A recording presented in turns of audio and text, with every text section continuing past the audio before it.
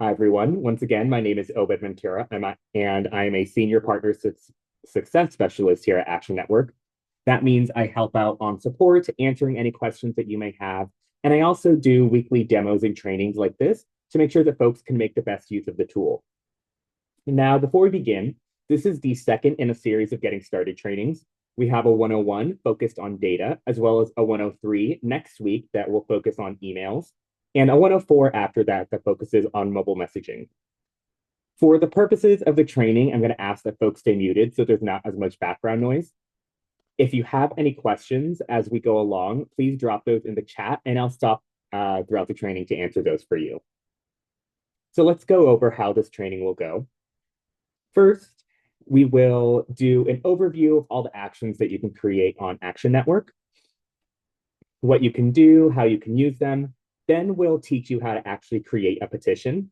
Petitions are one of our most popular actions. After we create it, we'll go through all of the customizations you can do, and we'll finish off this training by teaching you everything you need to know about the Action Manage page and sharing your action. And to the question in chat, is a recording available of the 101 session? Yes, it is. Reach out to support@actionnetwork.org. And I'll drop that email in the chat now. And you should be able to get a copy of that 101 recording. So let's begin here. What is in action? For us in the digital capacity, we mean a petition, an event, a letter campaign. It's an opportunity for an activist to take action online. Sometimes it leads to offline action as well. Actions are really important because they help you build your email list, engage activists, and most importantly, mobilize people around important issues. And we get asked this a lot, and so I'll say this right now, and I'll mention this throughout the training. Everyone who signs your actions is automatically added to your list. So you don't need to do any special uploads or move anything. If anyone RSVPs to an event or sends a letter to a senator, they're added to your list automatically. So let's take a look at some actions that our partners have done in the past that make really great use of the tool and customizations. So first we have excuse me here. First, we have what we're looking at right now, which is a letter campaign. So this letter campaign is hosted by AFT, and you can see that they have heavily customized this using a page wrapper to make it match their branding. They have the image in the background. It looks really cool. So this is what a letter campaign looks like. Next, we have a form action. And for that, we're going to go to the United We Dream website. United We Dream has been a longtime partner of Action Network. And you can see at the bottom of their page, they've embedded a sign-up form onto their site, and they're using that to collect signatures. Forms are really great specifically for this. And that's what a lot of people like to use it for. Next, we have an old petition by Sunstorm. And one thing I want to point out with both this action and the AFT action, they're both using page wrappers. I'll talk a bit more about what a page wrapper is and why you want to use one in just a minute. But page wrappers here are very different. You can see that this one is highly customized. This one, they just had an image of their logo up top and some accent colors. So there's a wide variety of things that are possible to do with page wrappers. Next, we have this fundraiser from Common Cause. And you can see that they have also customized this a lot so that they have their own fonts and colors and images loaded up on this page. Now, finally, here is an example of the file or the petition that we are going to be creating today. And I'll walk through every step that you need to take in order to get here. And Delilah, to your question, when someone is added to your list by participating in action, do they get tagged or do you have to go in and tag them after? They can get tagged if you set a tag, and I'll show you how you can do that when we create our action. But if they're not tagged automatically, you would need to go in and tag them after. But there is a way to do it automatically, so I'll cover how to do that today. And a couple more actions I do want to show you here. Here's an example of an event campaign. Event campaigns are really great for days or weeks of action. They're going to take place around the country or around your state. People can click on it and they can look for events near them and RSVP there. And that brings us to an event. So you can see it has the location, the exact address. It drops a pin on that location as well. And this is another action you can do on Action Network. And Nancy, to your question, a petition doesn't send the message to anyone. That's correct. You do have to manually send the message out. There are other actions that will do it automatically. So this letter campaign, for example, will automatically send letters one by one to your target. Petitions will get sent all at once, and you are the one that has to send that to your target. So, oh, excuse me there. Let's get into Action Network. And let's create our action here. So before we do that, I do want to cover the life cycle of an action. And this is going to be pretty general since every action you create will be unique. And a lot of times it will look different in some ways to what we'll go over right now. But generally, you want to create an action for a specific reason. Say you have a 10-year anniversary coming up. So you want to create a ticketed event for a gala. Maybe Trump just did or said something related to your issue area. So you want to create a petition. Maybe you just need a sign up form on your website to drive list growth. So you create an action. After you create it, you'll want to decide how you want to share that action over multiple channels like email or social media. If you're working in a coalition, you'll want to make sure to share that action with your partners as well. Next, think about how you want to track action takers. Maybe you ask them for a phone number or a tag in Action Network will track them. You want to pay attention to who's engaging, how they're engaging, and what content they're engaging with. This is important to grow your reach and better tailor your content to activists. And then finally, think about how you want to follow it up. Send a follow-up email, maybe a few. This can be as simple as a thank you for signing, or it can be an ask, this time for a donation. It could also be letting them know that the petition was delivered or any just future campaign updates. So this is the life cycle we're going to focus on here. So some questions that just got dropped in the chat. Michael, letter campaigns will automatically send letters to the targets that you specify. And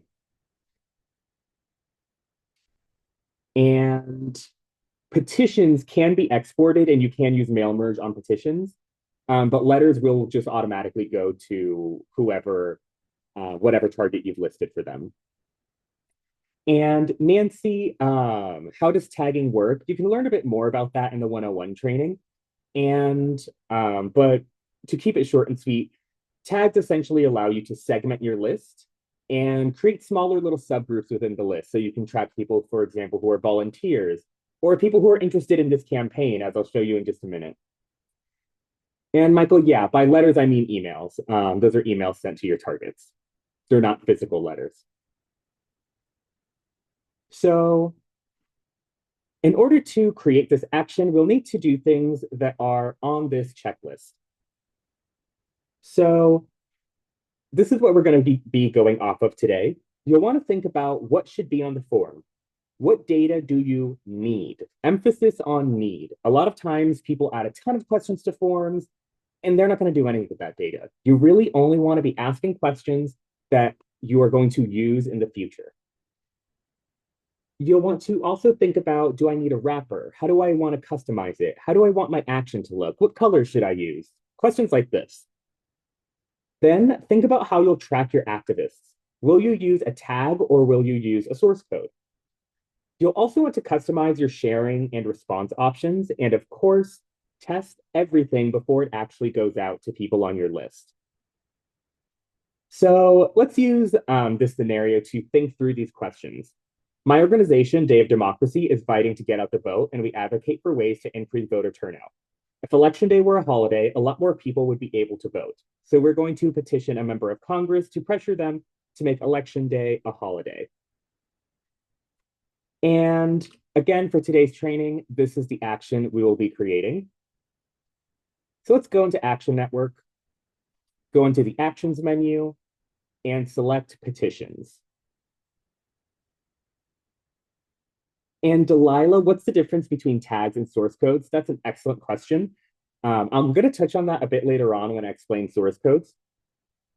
But essentially, the difference is source codes let you see where people are signing from. Tags allow you to actually create little segments that are easily targetable in Action Network. So first, we are going to add a title here. And we want to make Election Day a federal holiday. And I cannot spell. There we are. Okay. Next, we're going to add who we're petitioning. And here we can add specific members of Congress. But for today, I'll just say Congress. Further down, you can add a description. Now, you can code this entirely using HTML. But you can also play around with the formatting. So you can have different headings, alignment, bold, italicize, and strike through. You can add bullets and numbers. Images and videos can be placed here, as well as links, line breaks, all that classic stuff. So let's say, as the description, everyone should have the time they need to participate in our democracy.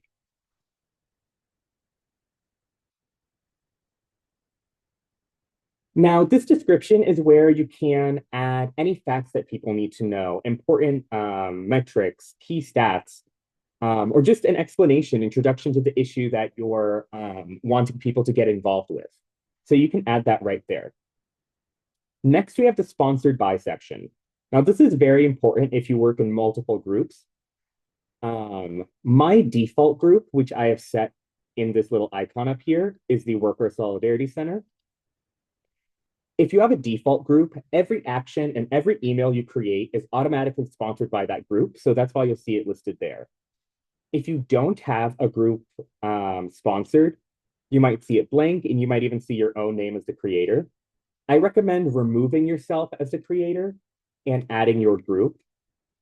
And the reason for that is whoever is listed here is the one who gets all of the data. You can change this later on if you make a mistake, but if you do change it, and let's say my name is still attached and I move it to my group, anyone who signed while my account was the sponsor will not be moved into the group. So you would need to pull a report from my account, upload it into the group, and it will get complicated. So to avoid all of that, just make sure you're selecting the right group from the sponsored by section I'm highlighting right there. Further down is the text that actually gets sent to your target. And let's just say, we urge you to commit to making Election Day a federal holiday.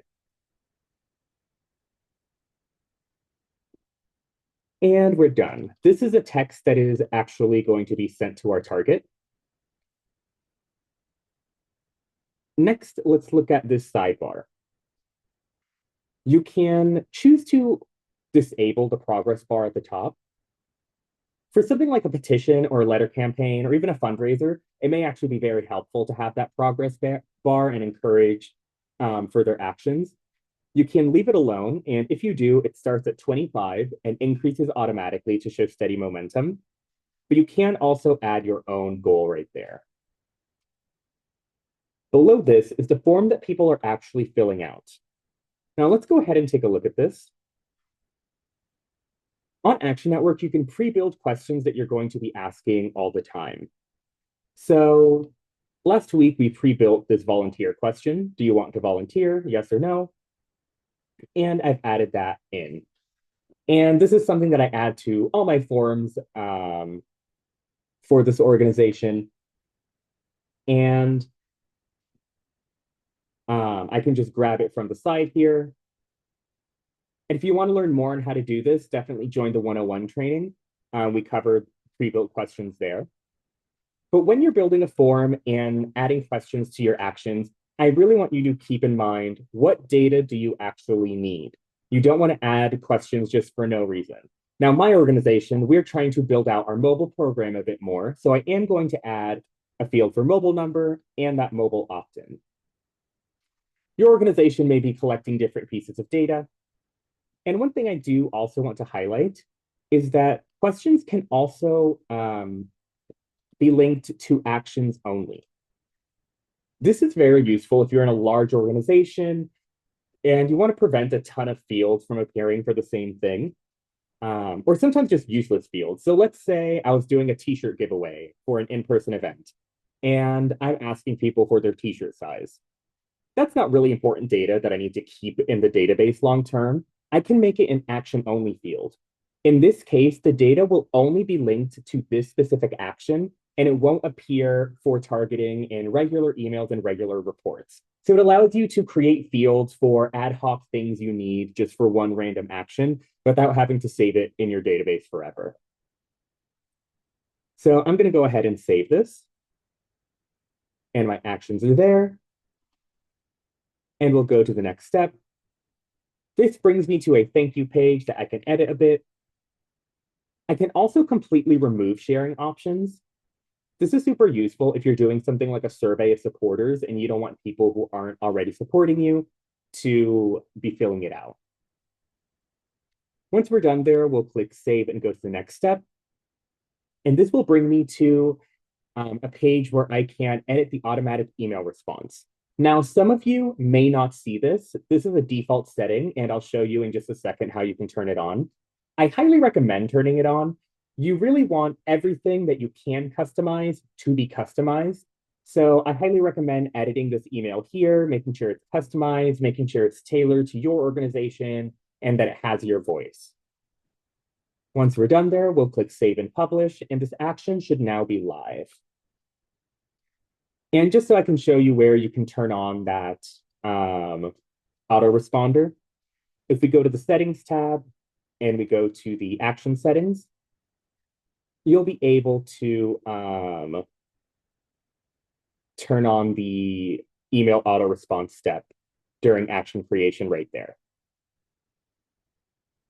So next, I'm going to get into design. And so we're going to talk all about customization. And then after that, we'll talk about actually viewing our data and playing around with that. But did folks have any questions about creating actions before I continue?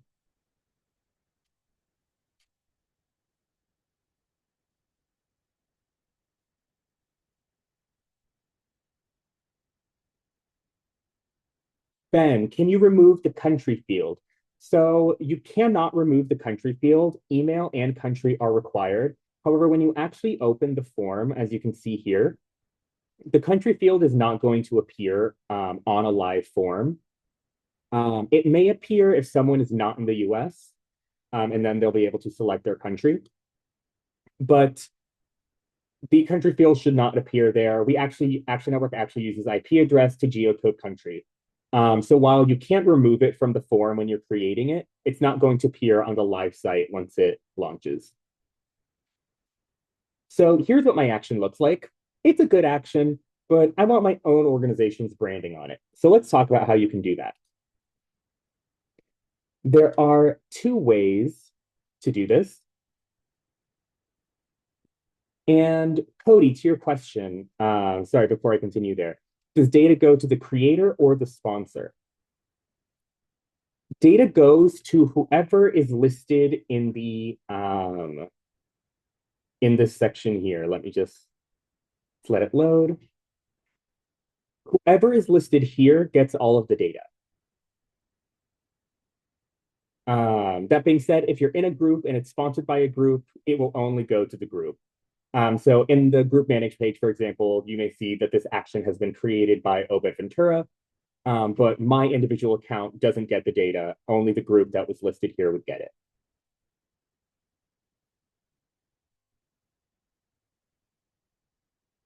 So back to customization, you have two options on Action Network. You have a page wrapper and an embed. A page wrapper is really great for actions that are hosted on Action Network, and they're only available for paying partners. On Action Network, you can create custom page wrappers to brand your pages instead of using our built-in look and feel. And I highly recommend doing this. I'll show you how you can do that in just a second. You can auto-generate the wrapper if you can't code it yourself. And then you can also customize it using CSS and JavaScript so you can make it look really, really nice. For a wrapper, you should think of there it is, this AFT letter. This was created using a wrapper. And if you look at the URL, it's hosted at actionnetwork.org. Compare that to this United We Dream form. This is hosted on unitedwedream.com itself. So this is an embed. And embeds are really great if you want to host the action on your own website. We provide the embed code, and you can just drop it into whatever CMS you use, WordPress, Squarespace. It will work anywhere across the web that accepts HTML.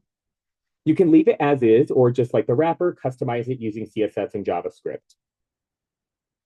So let's create an wrapper here for me to use on this action I've created. To create a page wrapper, I go to the details menu and I select page wrappers.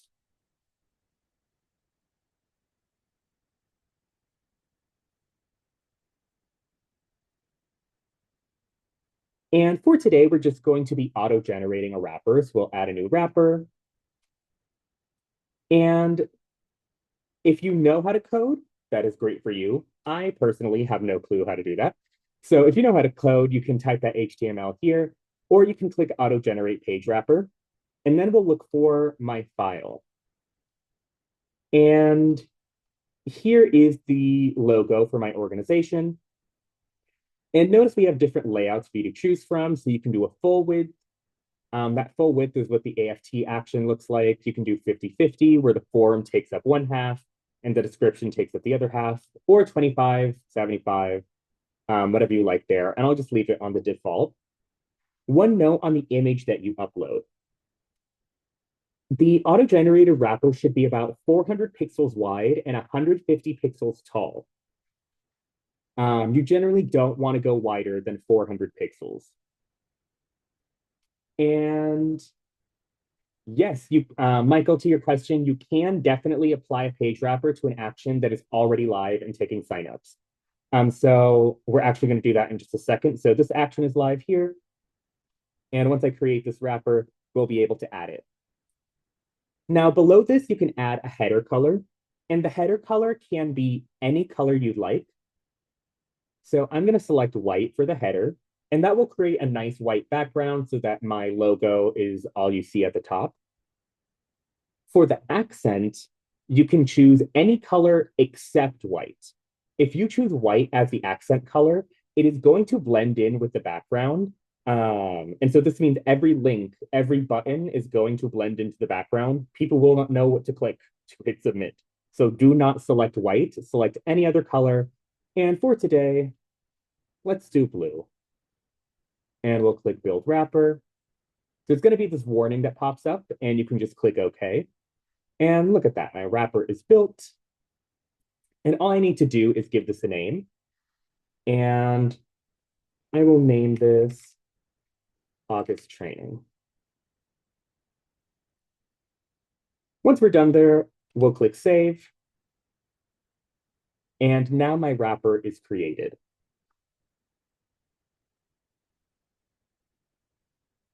There we are. Next, let's go back to my action. And one trick that you can use when playing around with URLs on Action Network, if you take the full URL of an action and click /manage, it will take you to the manage page. This only works for administrators, so no one else who is not an administrator in your specific group is going to be able to do this. But it's a really great way to move around the site very easily. Now on this page, in the page wrapper section, we'll apply my wrapper, save it. And now when I take a look at my petition, here's what I see. You can see the header color is white, so my organization's logo is sitting on that white background. In that blue I selected appears here for the accent. And this is what I mean when I said you should not choose white as the accent. If I had chosen white, you would not be able to see any of these links here. And so you just want to make sure you're not choosing white for the accent.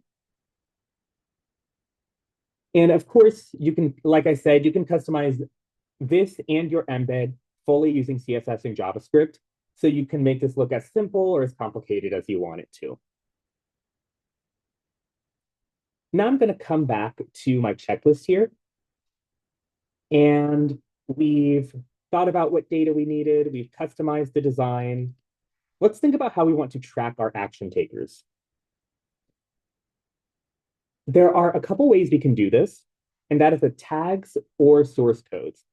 And this gets to someone's question that they dropped in the chat earlier in this training. What's the difference between the two? So on Action Network, after people sign the petition, you can track them in various ways. So if you add a tag, you can click Edit Tags. And you can add a specific tag here. So this is part of my election day campaign. Everyone who signs this action will now automatically receive this election day tag. And so this is what I mean when you don't need to pull reports and add the tags later on. You can just have it here, set it and forget it. Everyone who signs this action gets this tag.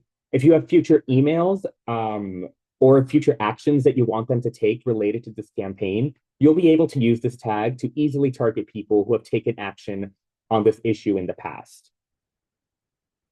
Now, another way to track action takers would be through a source code. And when linking to actions, one thing I want to highlight, and that still has our old layout, but it's still the same thing. You want to make sure you're copying directly from the direct link box right here. And we have a copy link button that you can use to easily copy it. You should never, ever, ever copy a link from a previous email you received. If you do that, the link that you send out will have your user ID. Action Network actually automatically adds user IDs at the end of every single link that is sent out on the platform. And these user IDs are unique to every single user. So if you and I both get the same email with the exact same link, it will have different user IDs on them. And in fact, the user IDs are what we use to recognize people. So you see this welcome back Obed right here. That is what the user ID will do.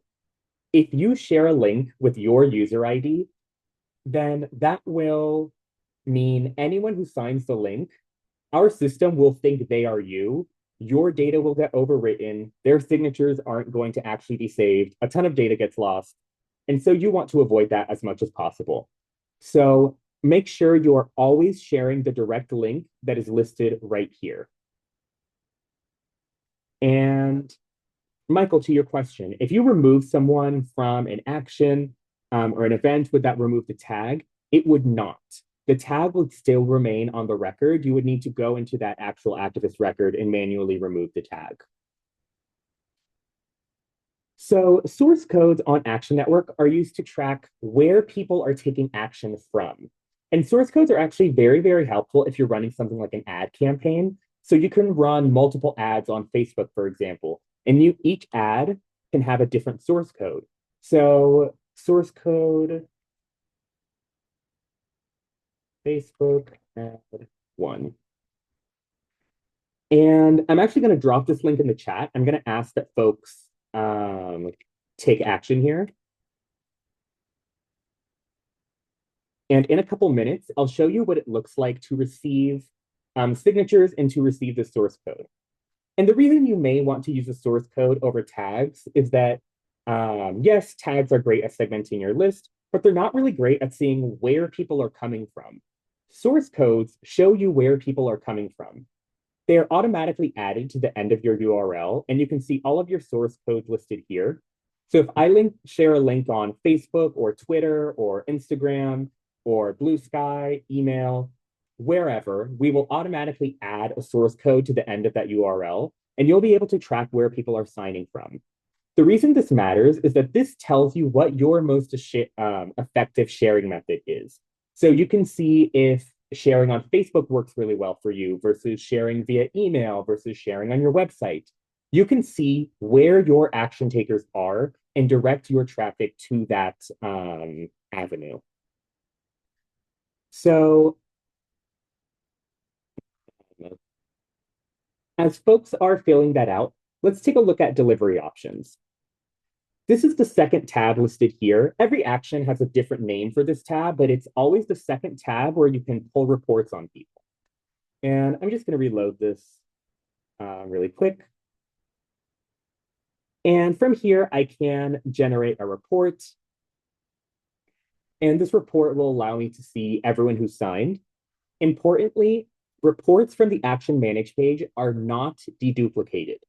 This means if someone signed this action 10 times, you'll see their signature 10 times in that report.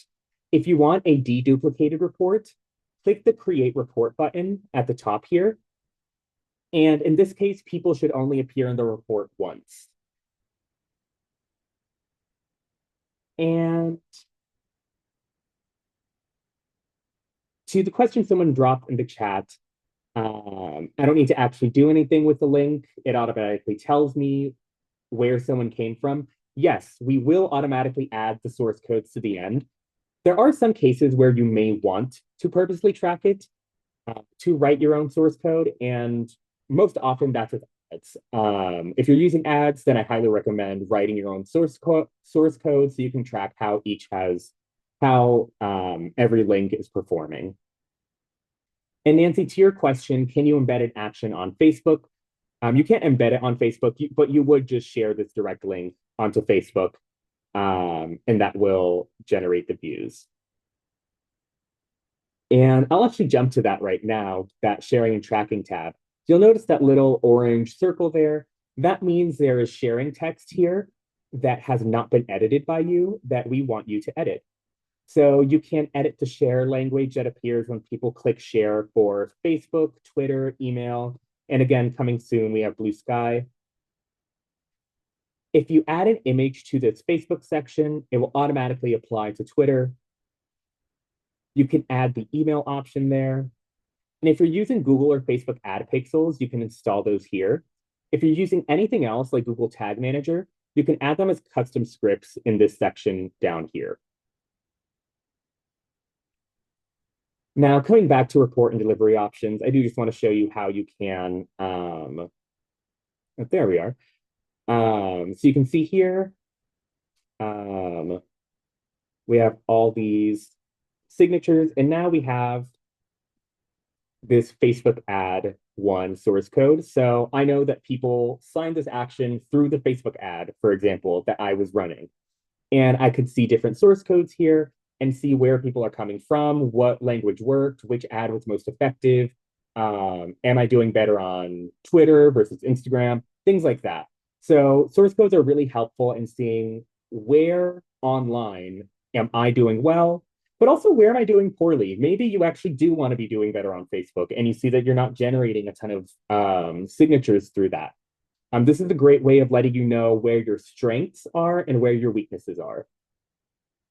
Tags are really useful in segmenting people into little subgroups so that you can follow up with them later on if you have future actions for them to take. Now, scrolling further down here, we can deliver our report by email. And in this case, you would just enter your target's email address, hit send, and they'll get a PDF that has the names, locations, and comments of petition signers. And you can use the CSV that is generated here to deliver this in person to your target as well. So now let's go over what to do once our action is over. You can edit the petition right here, and you can also unpublish your action. Unpublishing an action, you can do it immediately or later. So let's do this immediately. When you unpublish an action, it's no longer available from the internet. So this is my action. Let's reload this. And now I have that great Don't Panic page. But I can republish it here.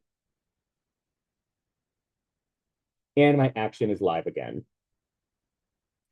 One thing I want to highlight is that this will not work with events.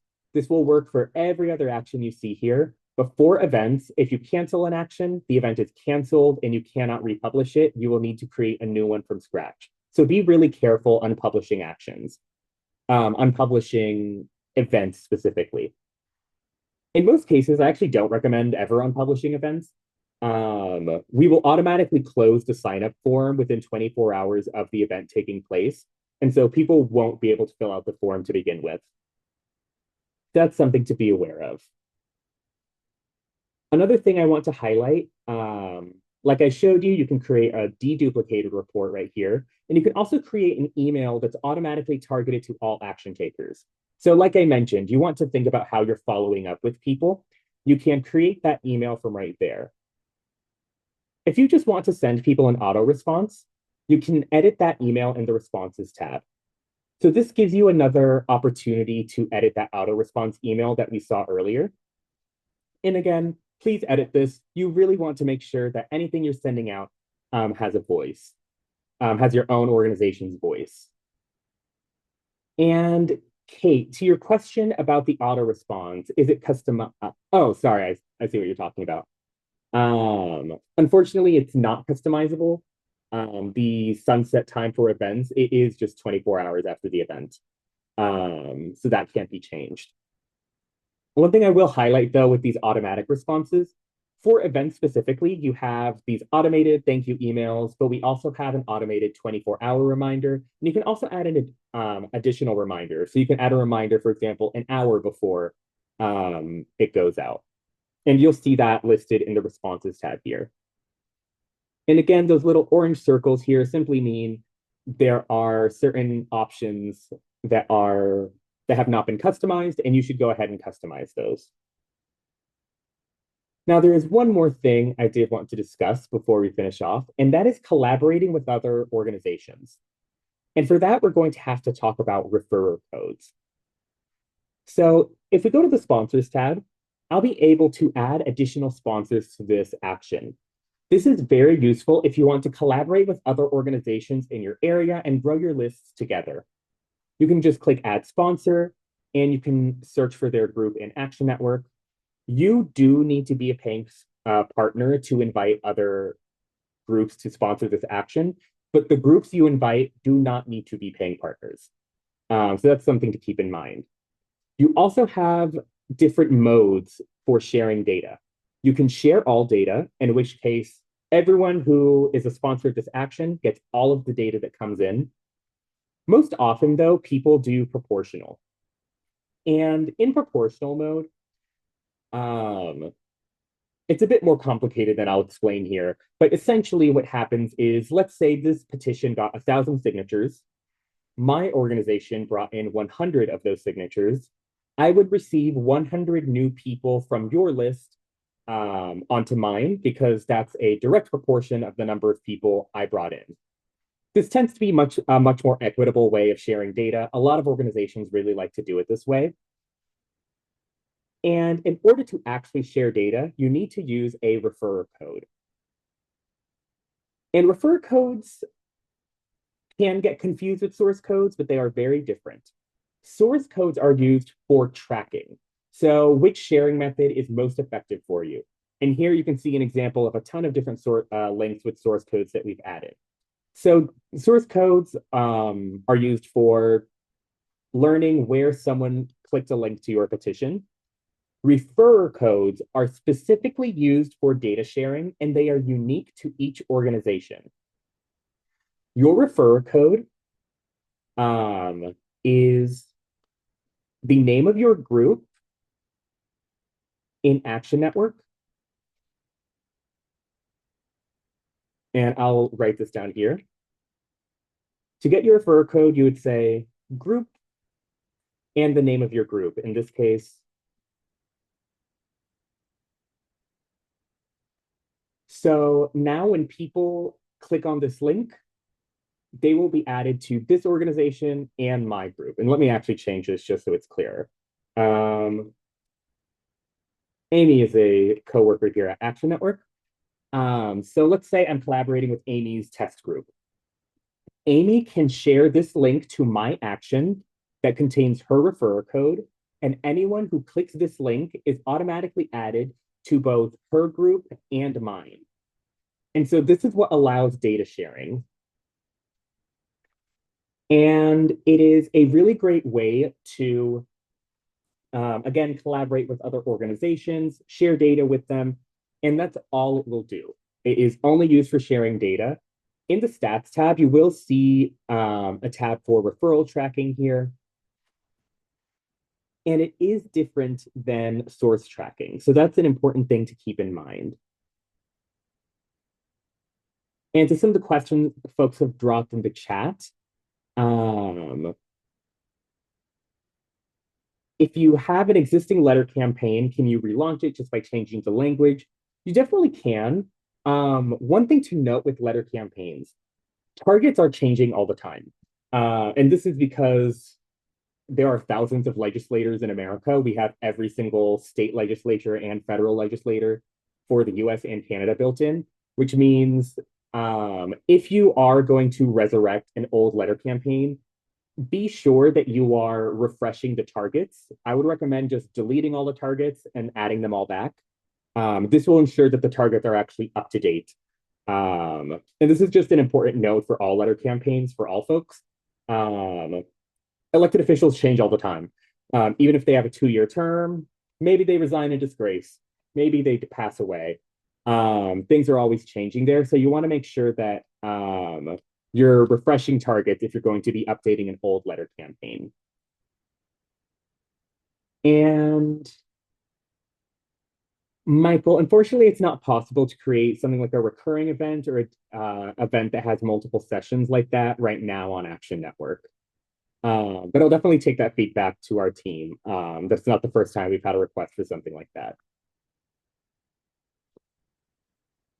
So this brings me to the end of today's training. I hope that folks found that useful. I'll be on for a couple more minutes to answer any lingering questions that folks have. Please join us next week for our 103 training, in which we will go through how to send an email, targeting, protect your reputation, all that great stuff. I hope everyone has a really great rest of your day.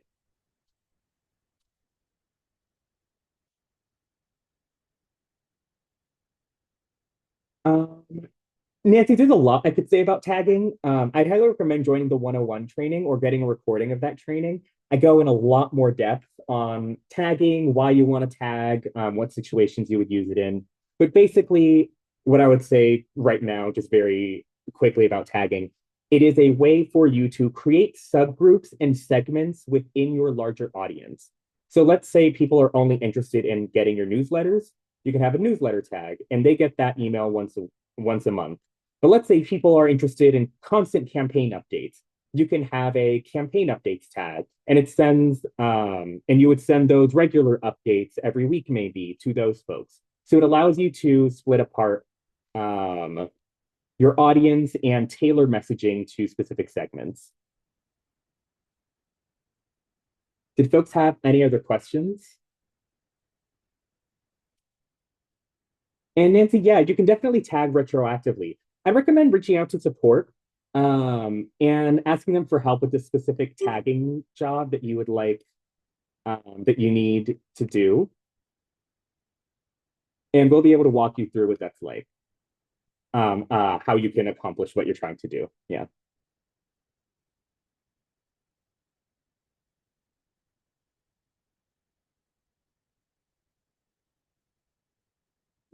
Thank you, Michael. If there aren't any other questions, I'll be ending this call now. Again, reach out to support@actionnetwork.org if you think of anything that you forgot to ask here. And I hope to see you all next week for the 103. Have a great day.